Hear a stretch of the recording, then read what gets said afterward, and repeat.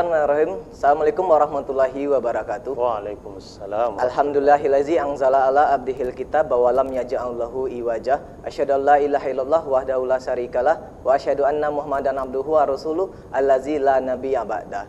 Alhamdulillah, Allah Subhanahu wa taala kembali pertemukan kita di hari yang cerah ini dalam sajian ngebahas tentang hidayah. Sebuah program terbaru dari HDTV yang insya Allah kedepannya akan menjadi asbab hidayah bagi kita semuanya. Bersama saya Peter JP di 15 menit hingga 30 menit kemudian kita akan berbincang tentang Bengkulu kota religius yang nanti insya Allah akan menjadi topik kita di hari ini. Namun kembali kami mengingatkan kepada semua pemirsa HDTV yang saat ini berada di rumah, untuk yang sekiranya belum melaksanakan sholat, ayo segera laksanakan sholat. Jangan sampai tayangan ini kemudian mengabaikan kita untuk mengingat Allah Subhanahu wa taala. Oke, langsung saja kita sapa narasumber kita yang saat ini sudah berada di tengah-tengah kita di studio HDTV. Assalamualaikum Ustadz. Waalaikumsalam warahmatullahi wabarakatuh. Ya, gimana kabarnya nih, Tat? Alhamdulillah, bikhair. Baik. Ya, di tengah pandemi seperti ini kesibukannya apa, Tat? Ya, memang kita disuruh banyak berdiam di rumah. Ya. Tetapi yang paling bagus sebenarnya berdiam di rumah Allah Subhanahu wa taala. Masya Allah. Jadi selama pandemi ini lebih banyak menghabiskan waktu di masjid ya, Tat? Ya, begitulah kira-kira. Ya. Bersama teman-teman yang ada di menjadi pemirsa tayangan ini juga kelihatannya banyak berdiam di rumah Allah. Iya, ya, insya Allah. Amin, amin. Amin. Ya, ini untuk pemirsa HDTV kita kedatangan bintang tamu ataupun narasumber yaitu Ustadz Said Kamyabi. Beliau ini merupakan salah seorang ustadz yang ternama, viral juga di kota Bengkulu dan sudah melalang buana di penjuru-penjuru dunia karena beliau juga ngikut khuruz fisabilillah tentunya. Oh ya, Tat, ngomong-ngomong tentang khuruz fisabilillah ini, Tat. Sejauh ini sudah berapa kota yang dikunjungi, Tat? Kalau kota mungkin lupa saya, tapi kira-kira lebih kurang 17 negara. 17 negara, ya? Sampai ke Afrika. Yang paling berkesan di mana, Tat? Itu yang paling mengesankan di Somalia. Somalia, kenapa, Tat? Somalia itu negara yang tidak punya kepala negara. Iya. Negara yang tidak ada pemerintahan. Tetapi masjidnya luar biasa. Itu boleh dikata 100% lelaki balik tuh benar-benar sholat berjamaah di masjid. Masya Allah. Dan kalau azan sudah terdengar itu di Somalia, tidak ada lagi kendaraan lewat, tidak ada sepeda motor, tidak ada sepeda, bahkan orang jalan kaki aja sudah tidak ada di Somalia. Semua sudah berada di masjid ketika azan sudah berkumandang. Itu mengesankan. Mengesankan. Kalau di seputar Provinsi Bengkulu udah kemana saja, Sat? Ya, di 9 kabupaten, alhamdulillah. Udah. Dari Muko-Muko ke Bengkulu Utara, ke Lebong, sampai Kaur, Seluma, ke Pahiyang, mana lagi? Banyak pokoknya, Tat. Banyak. Ya. Seru ya. Ada pengalaman unik nggak, Tat? Misalkan ketika melakukan dakwah untuk menjemput hidayah kepada masyarakat itu, apakah ada pengalaman-pengalaman unik, Tat? Begini, saya ketemu satu orang ketika saya lagi berada di Chennai. Chennai itu di India. Ya. Ada satu orang datang dari Mekah. Namanya Aiman. Namanya Aiman Mirdad. Mungkin ada di antara pemirsa yang kenal ini. Ya.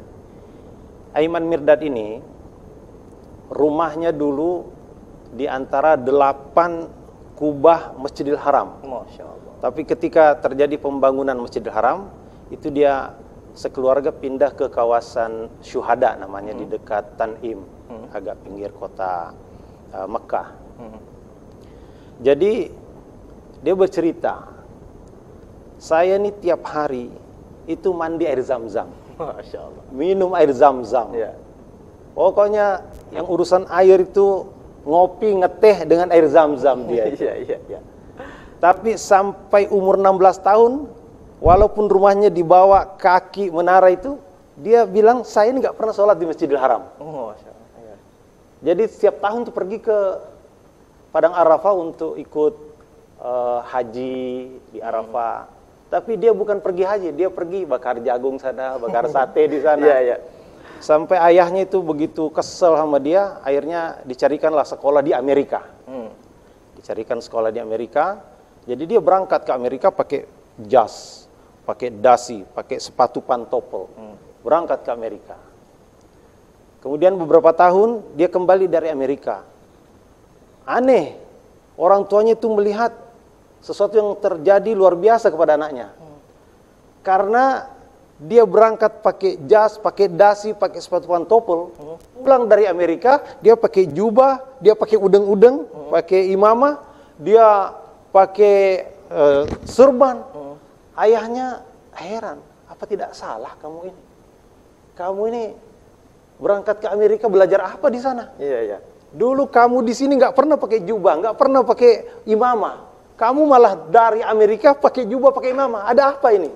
Nah, disinilah ternyata di Amerika dia khuruj fi sabilillah. Masya Allah. Artinya ketika hidayah tersebut datang untuk menjemput seseorang, maka seseorang tersebut pasti akan berubah menjadi lebih baik, seperti itu ya? Ya, tidak peduli tempatnya di mana. Iya, Ternyata betul. di tempat Ka'bah ada, tempat air Zam-Zam ada, tempat di situ Multazam Iya. ada. Di situ dia tidak dapat hidayah. Betul. Dapat hidayah di Amerika, subhanallah. Di Amerika yang notabene kita tahu bahwa negaranya bukan negara yang mayoritas muslim kan? Tat? Iya, Iya, betul. Nah, jadi untuk pemirsa HDTV, kita udah dijelaskan oleh Ustadz Said tadi bahwa hidayah tersebut ternyata datangnya dari Allah juga. Ketika Allah memberikan hidayah kepada seseorang, maka tidak akan ada orang yang mampu menyesatkannya. Dan ketika seseorang disesatkan oleh Allah, maka tidak ada orang lain yang mampu memberikannya hidayah kecuali Allah Subhanahu wa taala. Oke, Tat. Menarik ini tentang hidayah nih tadi. Masya Allah. Di Kota Bengkulu ini kita kan tahu bahwa beberapa tahun yang lalu tepatnya kita udah launching Bengkulu Kota Hadis. Sejauh ini menurut Ustadz seperti apa Bengkulu Kota Hadis tersebut?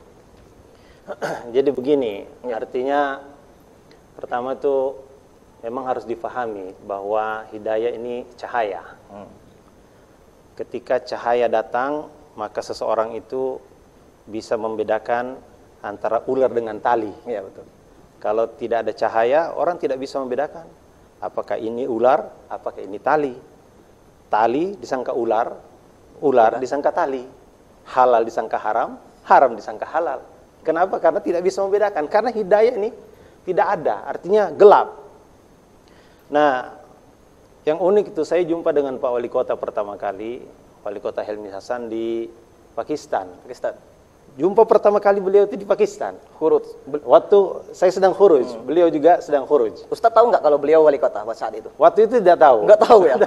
Karena agak aneh ya seorang wali kota kok kegiatannya Iya.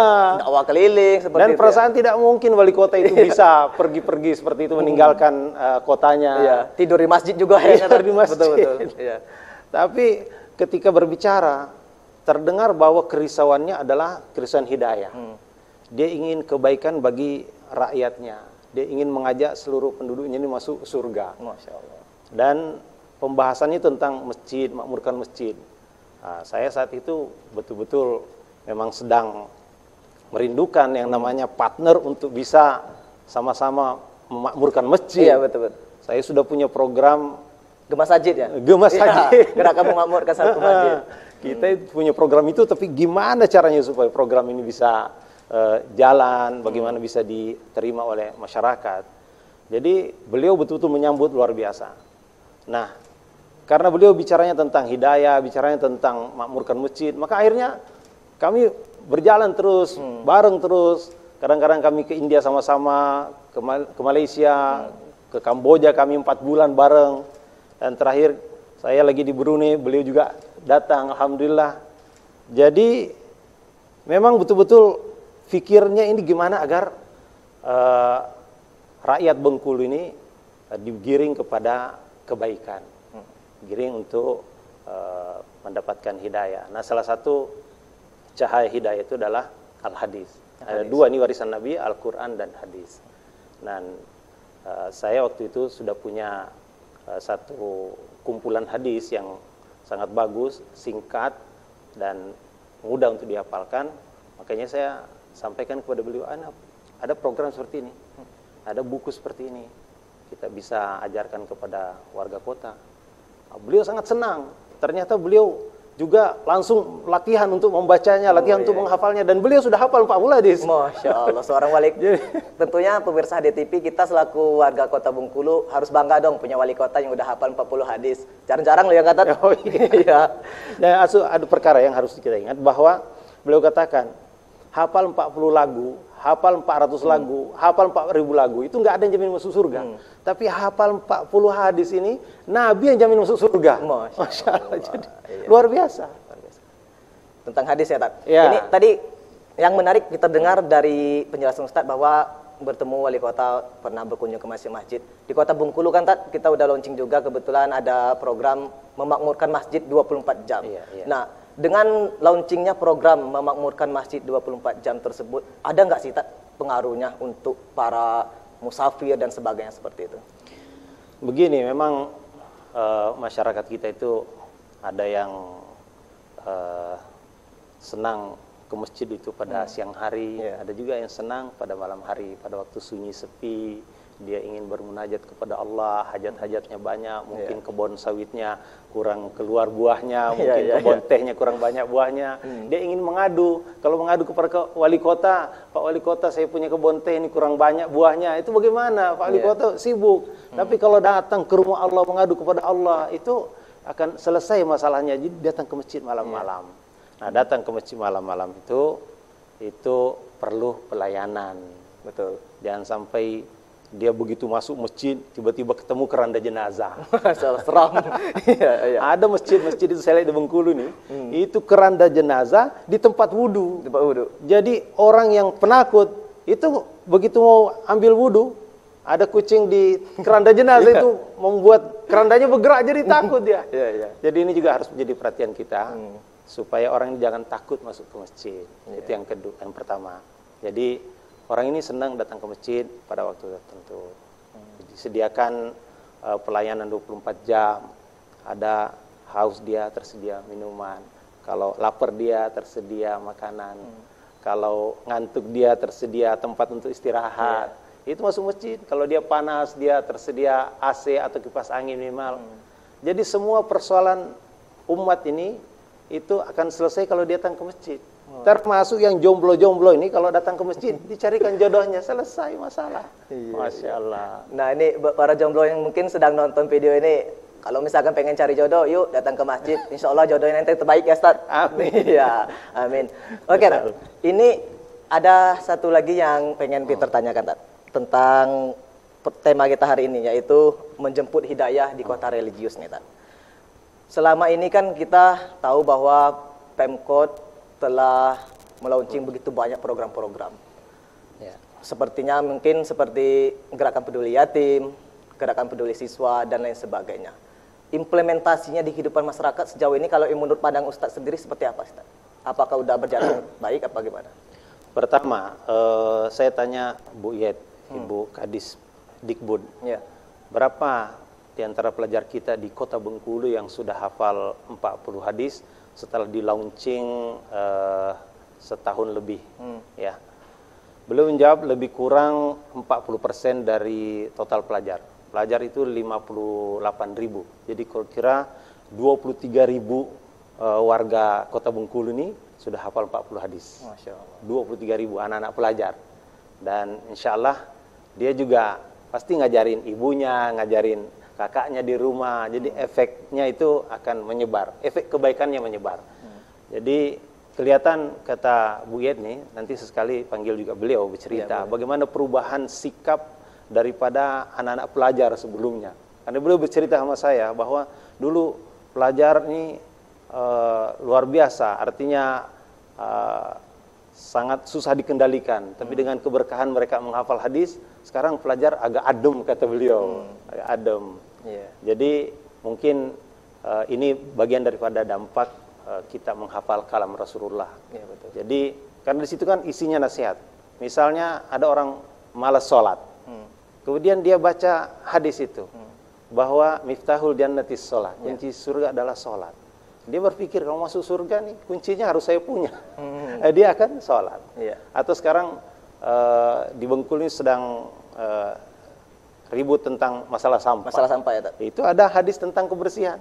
Jadi at-tuhuru syatrul iman. Orang kalau mau buang sampah sembarangan, atau anak-anak pelajar yang sudah hafal hadis ini, dia mau buang sampah, satu, dia tertahan dari dirinya, at-tuhuru syatrul iman. Mungkin dia ditegur sama temannya, at-tuhuru syatrul iman. Jadi teguran dari diri sendiri ada, teguran dari luar juga ada. Sehingga dia akan tertahan untuk buang sampah sembarangan. Jadi ini dampak-dampak sederhana.